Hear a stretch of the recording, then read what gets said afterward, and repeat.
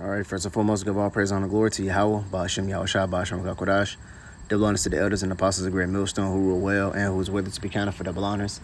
And peace and salutations to you brothers out there pushing the truth wholeheartedly and sincerely and for love of the gospel. It's the brother Gabaria from the Indiana camp. Come back again when to sit down. To basically to discuss the scripture right here. I was thinking about it.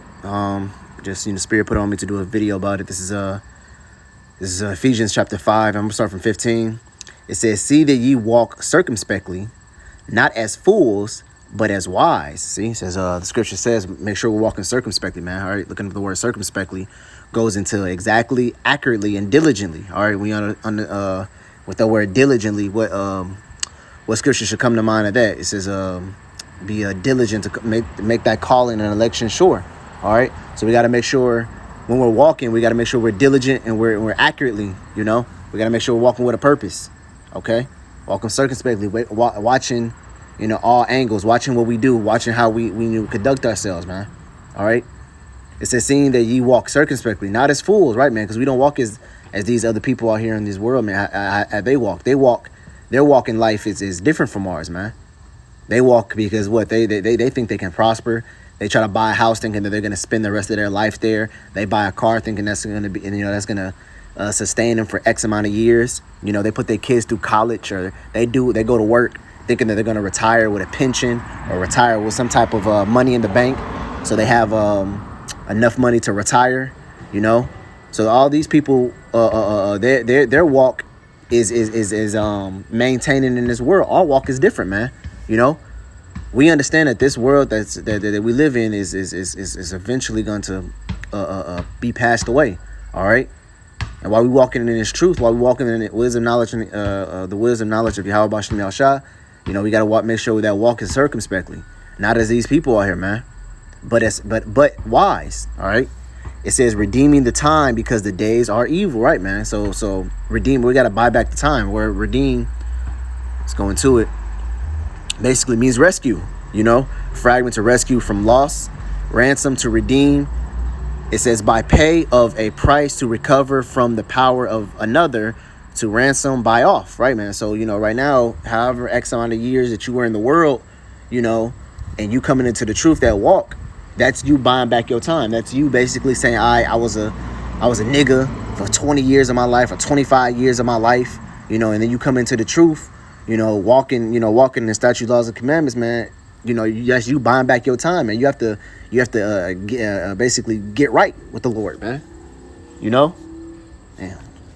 wicked out here. Anyways, you gotta buy back that time, all right?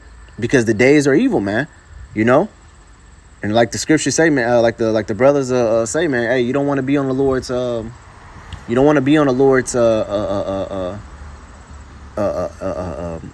can I say? You don't want to be on the Lord's bad side when he comes back. All right. Because the scripture says in the book of Jeremiah, it says, the Lord shall not return until he execute all the things that is in his heart, roughly paraphrasing, So right now, man, when the Lord comes back, man, he's going to do everything that he had set forth and planned to do, and he's not going to go easy on this place. Scriptures in Nahum, I think 1:6 says, is who can bear the indignation of the Lord? All right. And the answer is nobody. So when the Lord is mad with righteous fury, and he wants to get at something, or he wants to pass forth judgment, there's nothing that can withstand to that. All right. There's nothing that is going to be able to withhold or prosper after that. All right. We have examples of Sodom and Gomorrah, what else? Even the earth when the flood, man, when the flood hit. The water's risen so high, it was above mountains, So just imagine, hey, nothing will stand, but the only thing that did withstand was the Lord's elect, all right, which was what? Noah and his 3 sons and their 8 souls, basically, Noah, his wife, his sons, and their wives, 8 souls, So that's the only thing that withstand that time of when the Lord flooded the earth, man, So just like now, when the Lord comes back and he's going to destroy this place with fire, when he destroys this world, the only thing that's going to remain is one third of Israel and 144 elect chosen men. All right, that's what's going to withstand this flood this time. All right. but everything else is going to be overthrown. Scripture says, a rock is not even going to be upon another. You know, so this place that we live in right now, man, which is America, is going to be completely and utterly a desert. All right, Scripture talks about it in the book of Isaiah. It says, "What only doleful creatures." Matter of fact, let me try to find that.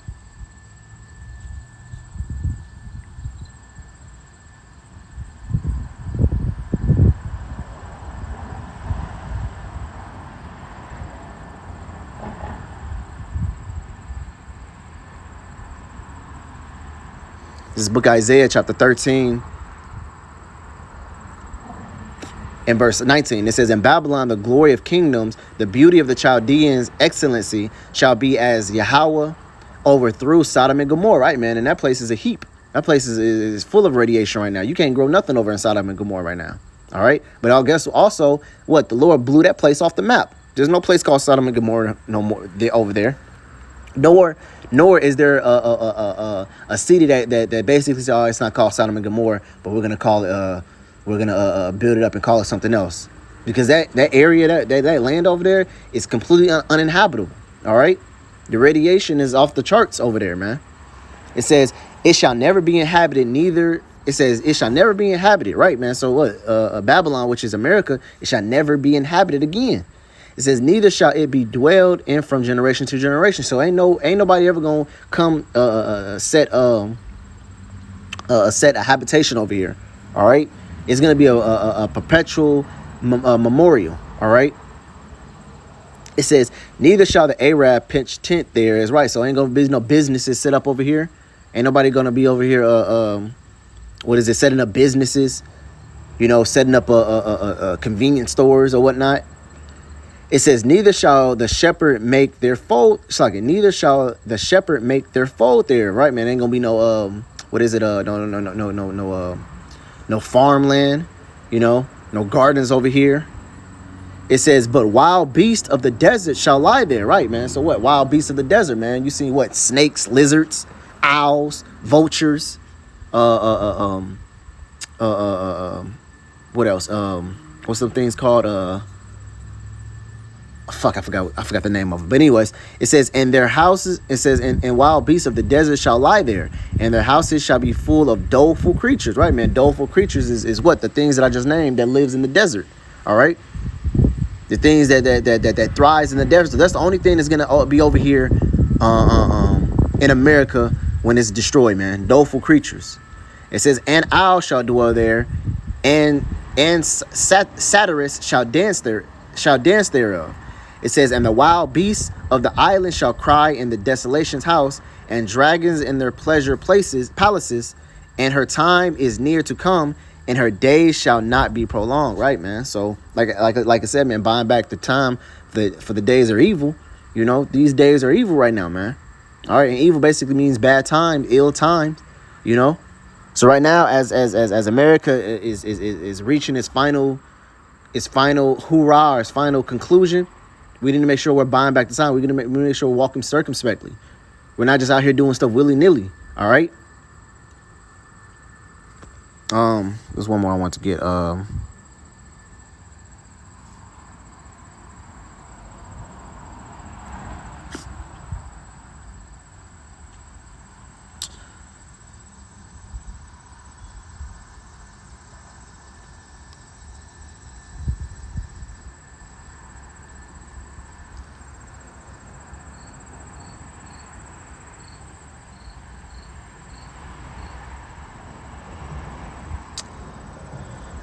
What's that scripture? How does it go? Oh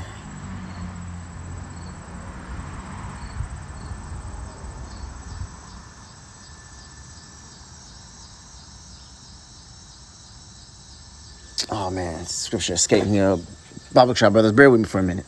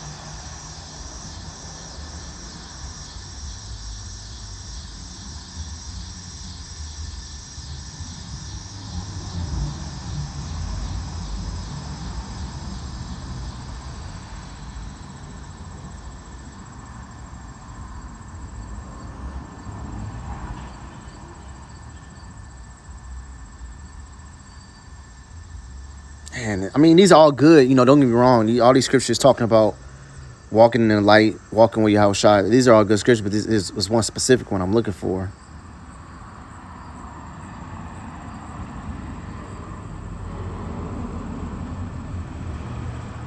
I think this is it.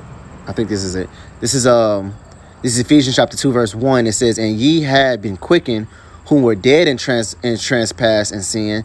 Therein, in the time past, ye walked according to the course of this world, right? Because back when we was niggas, what we walked according to that world. You know, we were basically an NPC. You know, it says according to the prince of the power of the air, the spirit that now worketh in the children of disobedience. It says, among whom also we all had our conversations in times past in the lust and of our flesh, fulfilling the desire of the flesh and of the mind. It says, and were by nature the children of wrath, even as others. But Yahweh, who is rich in mercy, for his great love wherein he loved us, even when we were dead in sin, hath quickened us together with Mashiach. By grace ye are saved. Right, man?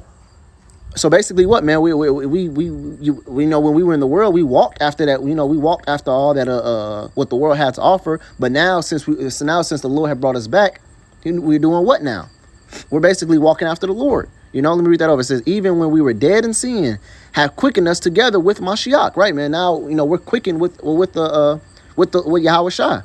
By grace, you're saved. That's how we are saved, man. By grace, Verse 6, it's saying, and have risen us up together and made us sit together in the heavenly place in Mashiach Yahweh Shai. Right now, if we continue and we endure, then we're going to have that heavenly place and we're going to sit along. We're going to be joint heirs with Yahweh Shai, But the key word is enduring. All right. Making sure we walk in that walk, man. It says, that in the age to come, he might show the excellency riches of his grace and his kindness towards us through Mashiach Yahweh Shai.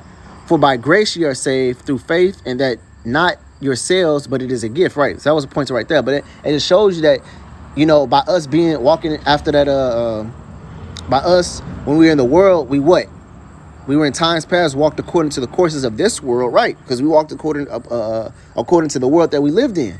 But now we're being brought back. Now we're being brought back. What? Through Mashiach, through Yahweh Shai Mashiach. So now we have to walk with him. All right. Let me get that. It says, even when we were dead in sin, have quickened us together with Mashiach. By grace ye are saved, and have risen us up together, and made us sit together in the heavenly place in Mashiach Yahweh Shai. Right now. So since we have woken up, since we have came to the wisdom knowledge of Yahweh Shai, we understand that we have to walk with the Lord now. All right. And we have to do the things that is according to the spirit. All right. So that's pretty much all I had. Like this video was entitled, man, make sure we're redeeming the time. We're buying back the time. What is it? Make sure we're walking circumspectly, which is diligently and accurately, and that's pretty much it. Lord willing, I hope this video was edifying. Until next time, I want to say shalom.